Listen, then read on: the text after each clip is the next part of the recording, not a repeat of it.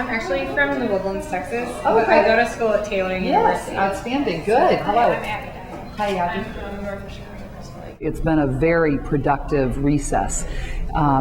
We have 8 counties that I represent in Indiana's 5th district, and by the time that I return, we will have actually had some events, one that we're going to have here shortly in a little bit called Connect with Your Congresswomen events. We will have had them in all but one of the counties. We'll be having Marion counties later in September. But we visited with constituents in each county.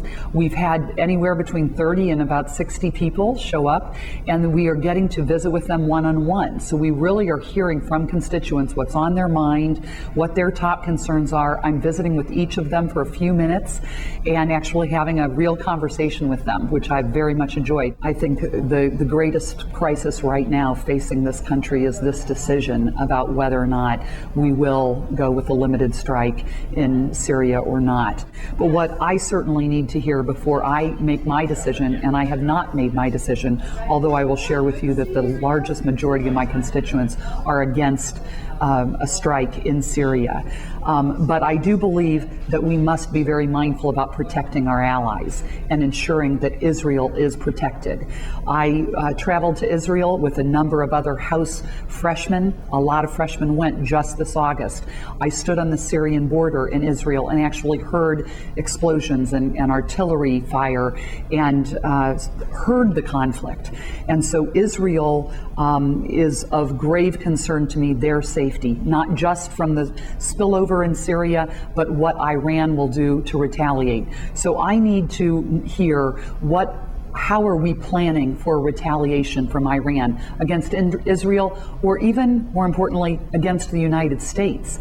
And what are Iran's capabilities to strike our country and our homeland? And I have grave concerns about Iran and its support of Syria. Secondly, the chemical weapons that Assad has used. Where do we believe they are now?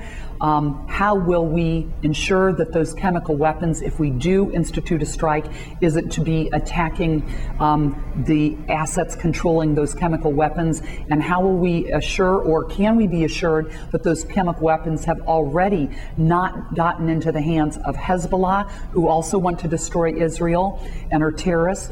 And what has happened to those chemical weapons? How can we ensure that they will be secure? And then finally, what are our plans for Assad, a horrible regime that has been perpetrating crimes against his own people for a long period of time, not just this horrible gas attack, but the number of people that they have killed through shooting, through artillery fire, and through shooting, and through bombs of their own people. What is our plan to take out Assad? Because if we do this limited strike, then what? What is the plan? And I need to hear what that plan is and what our objectives are.